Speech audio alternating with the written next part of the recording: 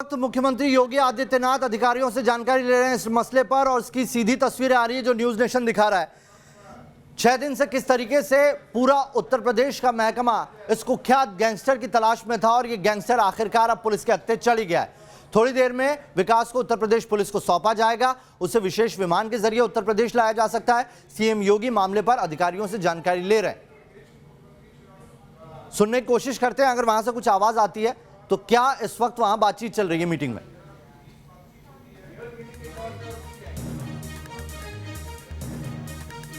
तो आपको बता दें कि डीजीपी अपर मुख्य सचिव से मुख्यमंत्री जानकारी ले रहे हैं। विकास दुबे को उज्जैन से यूपी लाने की तैयारी की जा रही है, क्या प्रोसीजर इस्तेमाल किया जाएगा, कानून के तहत क्या प्रक्रिया होगी, उसकी जानकारी ली जा रही है।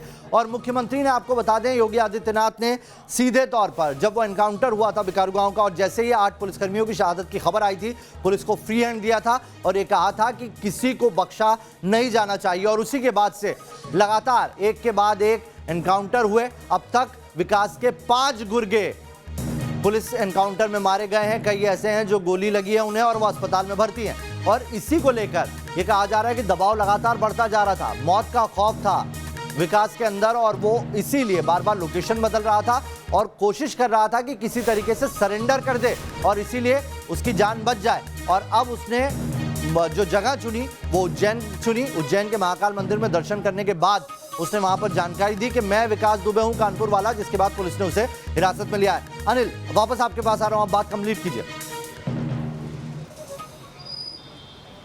बिल्कुल, देखिए ये यूपी पुलिस का दबाव ही था कि 5 एनकाउंटर के बाद अब उसको लग रहा था कि उसके लिए ज़मीन बहुत सीमित होती जा रही है, इसलिए उसने सरेंडर किया। ये दबाव ना होता तो वो सरेंडर भी ना करता, क्योंकि बहुत पेशेवर अपराधी था, दुर्दांत अपराधी था। 60 से ज़्यादा मुकदमे थे, 10 से ज़्यादा हत्या के मुकदमे उसके ऊपर थे, एक्सटॉर्शन के थे, फिरौती के थे, अपहरण के थे। ऐसा कोई क्रिमिनल केस नहीं जो उसके अगेंस्ट ना हो। लेकिन 5 उसके साथी जब मारे गए तो दबाव बढ़ा। हालांकि आप कह सकते हैं कि पुलिस से वो 2 कदम आगे ही रहता था। हत्याकांड को अंजाम देने के बाद 2 दिन तक वो शिवली में ही रहा, कानपुर में ही रहा। शिवली में पुलिस उस तक नहीं पहुंच पाई। फिर वो फरीदाबाद में अपने एक रिश्तेदार के घर रहा, पुलिस वहां उस तक पहुंचती उससे पहले ही, कुछ चंद मिनट पहले ही वहां से निकल गया। और अब वो इतनी दूरी तय करके उज्जैन पहुंचा है। तो डेफिनेटली कह सकते हैं कि पुलिस अगर उसे खुद अरेस्ट करती तो ज्यादा पुलिस के लिए वाहवाही होती। लेकिन कोई छोटा मोटा क्या नहीं, ये बता सकते हैं कैसे पहुंचा वो उज्जैन तक, क्योंकि हुलिया भी उसका बदला हुआ है, क्या उसने रूप बदला, किस तरीके से उसने पूरा सफर तय किया? क्योंकि इससे सवाल तो खड़े होते हैं कि आखिर वो इतना लंबा सफर करके वहां पर कैसे पहुंच गया, उसके कपड़े भी बदले हुए हैं, कैसे उसने पूरा सफर तय किया और कौन मदद कर रहा था? सबसे बड़ा सवाल यहां पर यही है, क्योंकि ये अकेला गिरफ्तार हुआ है लेकिन बगैर मदद के पॉसिबल नहीं था। बिल्कुल, देखिए उसने मोबाइल का यूज़ तो बिल्कुल बंद कर दिया था। उसे पता था कि मोबाइल का यूज़ करते ही पुलिस उस तक पहुंच जाएगी और उसने अपने नाते रिश्तेदारों से बात करना भी बंद कर दिया था।